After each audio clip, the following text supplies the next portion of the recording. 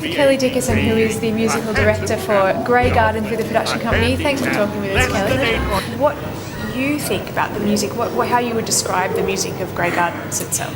Yes, I think that the music has a flavour of the 1930s and 40s. It's the beginning part of the play, and then it moves through the 60s and 70s. But as a large sort of style, it's contemporary musical theatre.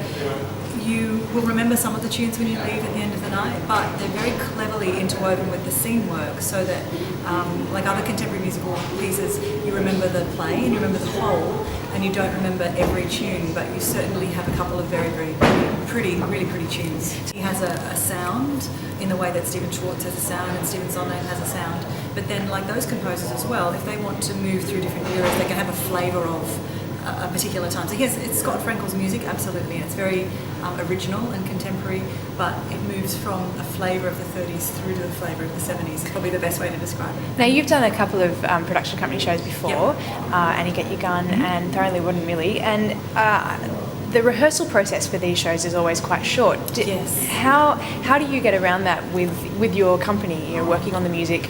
Do they work on the music prior to starting rehearsals? Yes. Do you familiarise yourself, obviously, with the show? Definitely, yes. I mean, look, even in a long-running show with a longer rehearsal period, you will try to familiarise yourself with the score as a musician and as an actor with the score and the script as much as you can before you start rehearsals.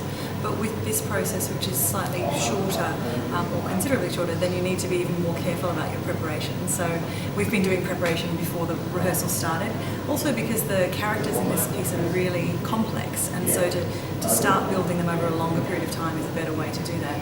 We're also very fortunate that for Grey Gardens, the production company have given us a little bit longer as a rehearsal period, knowing that it was a complicated contemporary piece, and so we've got a little bit longer, which is very, very appreciated by the cast. Yes. How have the rehearsals been going with vocal calls and? Yes, wonderfully. It's we are all getting together. There's a lot of close harmony singing, which is lots of fun. Takes lots of time to rehearse, and because it's a small cast and you have one person on each note, you can't hide anywhere. So the complexities of the piece are hitting home, but they're very, very clever artists that we have, clever musicians and clever actors, and so I'm blessed that they're learning things very quickly and they're able to fire off each other, and the rehearsals are a lot of fun as well as quite intense. What would you say is your favourite musical moment in the show? Oh, do you have one? There are a couple actually. I love the lightness and the comedy of the 1930s. There's a duet that the two Ediths sing together in the first act, which is kind of a flavour of Two for Two. And then there's a beautiful ballad at the end of the first act called Will You. But one of my favourite moments is towards the end of the show when you see what the young Edie has become, and she reflects on her own life, and there's a ballad called Another Winter in a Summer Town. It's a beautiful, beautiful piece of music and perfect scene writing for a composer.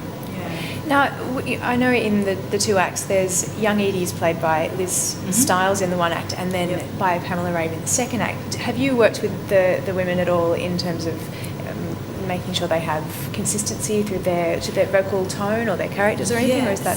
I think when we started with each of the individual artists, we let them create their own and find a voice. And then as we're going along, certainly this is the second week, and so now we're listening more carefully to, Liz to Pam, Pam to Nancy, and then Pam back to Liz, and so there's more connections going from each artist backwards and forwards through time, and that's the level that we're at now, that everybody has a really good solid idea of how they would come to a piece, and now they're starting to connect with the other versions of themselves, which is really important, exactly as you say, and that's the kind of work we're starting to do now. And is it books down already at this point? Oh yes, definitely. We're very lucky because they're very diligent and very dedicated, so it's books down, and it's a really complicated piece, and so there's a great joy in that, but there's also a great pressure, so just to learn it means that you end up knowing it quite quickly, and then it's getting the detail into the score and into the characterizations that it takes the time, so we're up to that, which is great. So we start the orchestra next week, which is a small orchestra again, so same kind of ensemble as on stage, it's 10-piece for the orchestra and about the same on stage, and so even though it's smaller, the responsibilities for each individual are very high, so I know that they'll really enjoy playing the score because it's very clever and very rewarding for a musician to play, so great fun. And one thing we ask every one of the people that we interview for AussieTheatre.com is who is your show crush? My show crush from Grey Gardens. Oh, goodness.